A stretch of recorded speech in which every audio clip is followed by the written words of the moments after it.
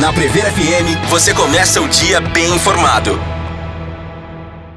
Com a doutora Débora Mignoni, médica legista de Botucatu. Doutora Débora, bom dia, obrigado por atender a nossa reportagem.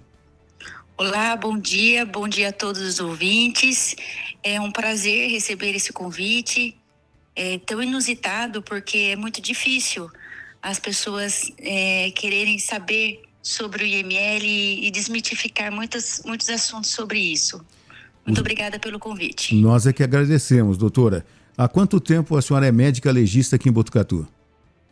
Então, para esclarecendo para a população, para ser um médico legista, primeiro tem que ser médico, né? E tem que passar por um concurso da Polícia Civil. Entendi. Tá? Então é um concurso estadual, nós pertencemos ao estado, né? E tem que passar num concurso público. Passando no concurso, a gente faz um período de academia, que é como se fosse um internato lá em São Paulo, chama Cadepol, que a gente aprende mesmo sobre a profissão antes de ir para as cidades exercer o cargo aí de médica legista. Estou aqui na cidade há 5 anos e enfrentando aí os casos de toda a região. A gente atende não só Botucatu, mas todas as cidades vizinhas, cerca de 10 municípios. A nossa regional é de Sorocaba. Tá? Então, Botucatu pertence à regional de Sorocaba e a gente atende as cidades vizinhas próximas. A gente vai até Laranjal Paulista, Torre de Pedra, Areiópolis, Anhembi, Bofete, Conchas, Pratânia, todas essas cidades vizinhas.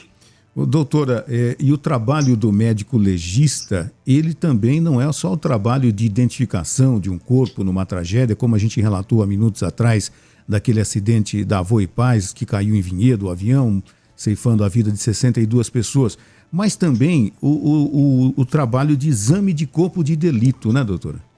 Exatamente. As pessoas pensam IML, pensam que é necrópsia, óbito. Na verdade, a grande maioria dos nossos exames, mais de 80%, são exames em pessoas vivas, tá? Então, a nossa grande maioria é exame de lesão corporal, tá? Então, o que o IML faz? A gente faz lesão corporal, exame cautelar. Então, o que é isso? Todos os presos da cidade e da região passam pelo IML para ver se ele já tem algum machucado, se teve alguma lesão durante a ocorrência. Então, a gente faz tudo isso. Exumações, exames para coleta de DNA, o necroscópico, verificação de embriaguez, verificação de idade, verificação de gravidez. A gente faz uma gama bem grande de exames. Então, os mortos são uma minoria. Entendi. Tá? Exames sexológicos, que a gente já faz também, né? E, doutora, nesses exames aí de lesões corporais, vocês observam casos de violência contra a mulher? Sim. O nosso carro-chefe, infelizmente, né, é a violência doméstica. Tá? O que a gente mais tem é violência doméstica. E a importância desse tipo de exame para, inclusive, ajudar na condição de um inquérito policial, né, doutora? Sim, exatamente. A gente faz a ciência através da justiça, né? Esse é o nosso lema. A gente pega provas para instruir a fazer a justiça, tá? Assim como nas necrópsias. Qual a importância do exame necroscópico?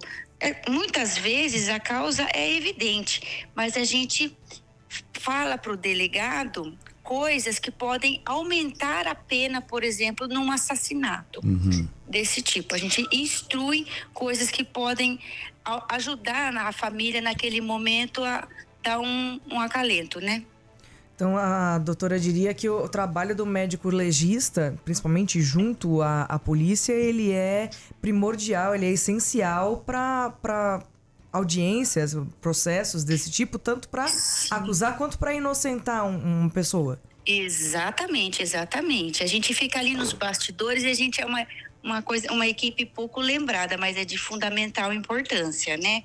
É um serviço essencial para a comunidade que não tem como ficar sem. Não, é um serviço que não tem como se terceirizar, né? Porque imagina terceirizar um serviço pericial que, vamos dizer assim, fidelidade que você tem, né? Então é uma coisa bem restrita. Doutora, voltando a falar desse acidente que nós tivemos em Vinhedo, né, a gente, através da grande imprensa, percebeu que a agilidade para se identificar os corpos aumentou muito. A evolução dessa função de médico legista com os novos aparelhos tem ajudado bastante, né? Sim, na verdade, neste caso em específico, o que aconteceu? A maioria das vítimas, mais de 40, os corpos foram identificados através das digitais, tá? Saiu na mídia e em grupos também que a gente tem contato, que os corpos eles estavam numa posição, entre aspas, de defesa, vamos falar dessa forma. Então, as mãos ficaram relativamente preservadas. E aqui no estado de São Paulo, a gente tem o IRGD, que é um instituto que planilha as digitais de todo mundo. Por exemplo, quando você vai renovar o seu RG, o seu título de eleitor, tudo você coloca digital, certo? Isso vai num banco de dados, tá? E esse banco de dados, no estado de São Paulo, ele é muito completo, tá? Então, facilmente a gente planilha, o que é isso? A gente tira as digitais da pessoa, escaneia pelo computador e joga num sistema que vai para esse instituto. E daí, rapidamente, eles fazem a análise e mandam para a gente o resultado. Quem é essa pessoa através das digitais. Então, isso daí foi primordial. Fora esses exames das digitais, foi fantástico o trabalho dos odontoperitos, tá? O que é isso? Na polícia, a gente tem os peritos. E tem peritos que são dentistas. Então, eles fazem o reconhecimento através das arcadas dentárias. Aqui em Botucatu, esse ano, a gente já fez o reconhecimento de uma vítima carbonizada também, tá? Foi na cidade de Anhembi. Foi uma vítima carbonizada, não identificada, que através dos odontos peritos lá em São Paulo, a gente fez esse contato e conseguiu reconhecer através da arcada dentária, mais precisamente através de uma prótese dentária. Entendi. Foi muito legal. Então, a gente pensa que tá assim, só nas grandes cidades e capitais, mas aqui no interior a gente também usa esses exames. Muito, muito interessante saber disso também. Né? E nesse caso do reconhecimento de um corpo especificamente pela arcada, existe um banco de dados para a arcada dentária também? Ou é entrado em contato com o dentista da pessoa? Como é que funciona? Exatamente. A gente entra em contato com a família, né? Daí a família traz a gente tem um suspeito. Tá? Primeiro, para ter um reconhecimento por arcada dentária, a gente tem que ter um suspeito.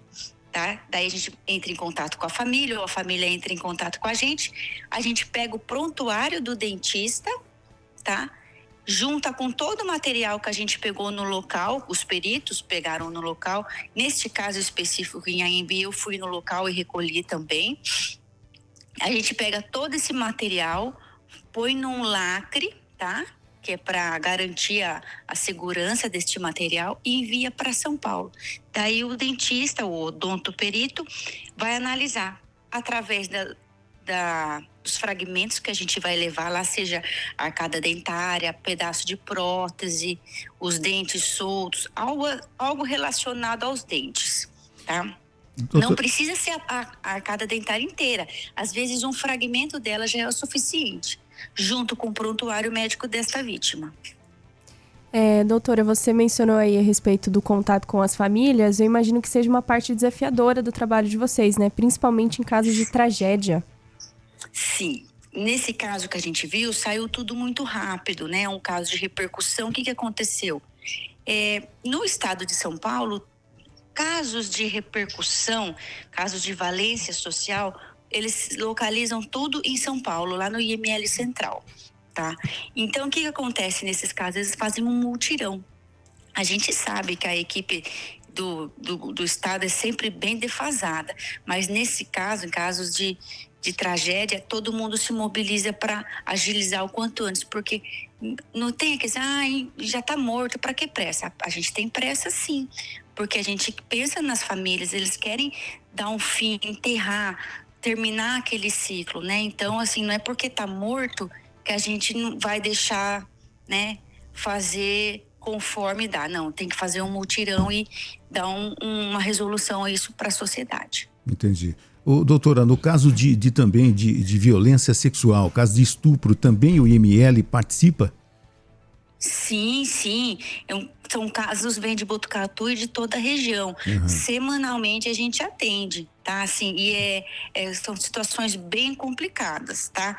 É de conhecimento também que tem na delegacia a escuta especializada, porque isso envolve uma questão psicológica muito forte, né? Então, é difícil você ficar perguntando. Muitas vezes a pessoa não quer falar. Uhum. Então, eu como médica legista, eu não posso perguntar. Tá? Então, eu tenho que ler no boletim, porque o que acontece? Tem a revitimização. Ela vai lembrar de tudo aquilo, entendeu? Então, eu fico também numa situação bem complicada. Imagina. Mas a gente tem que tomar o maior cuidado possível e para tentar coletar as provas, né? Para provar que teve ou não. Mas muitas vezes passa por despercebido, as pessoas procuram tardiamente o IML. Infelizmente é isso que acontece. É uma situação bastante delicada que você e sua equipe acaba se envolvendo, né, doutora? Sim, é bem complicado, bem complicado. Imagino até quando eventualmente a vítima de uma violência sexual é uma criança, né?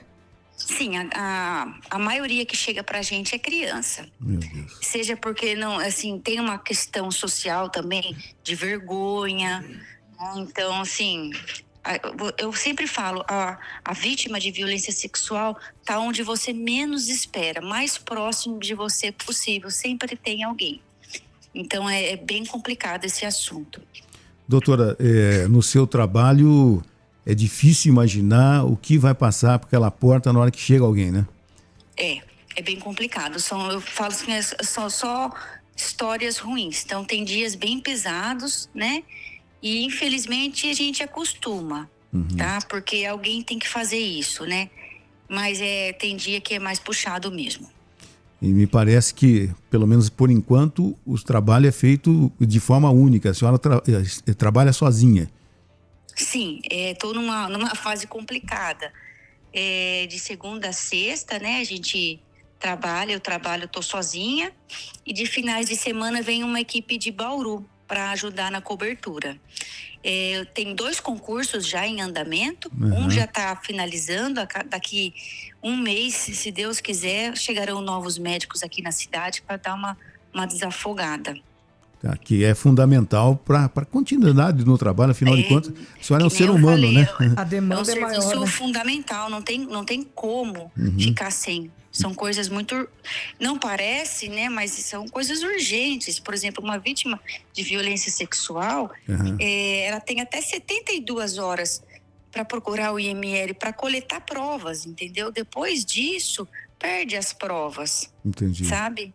Então, a gente tem coisas que tem prazos, né? Tá certo.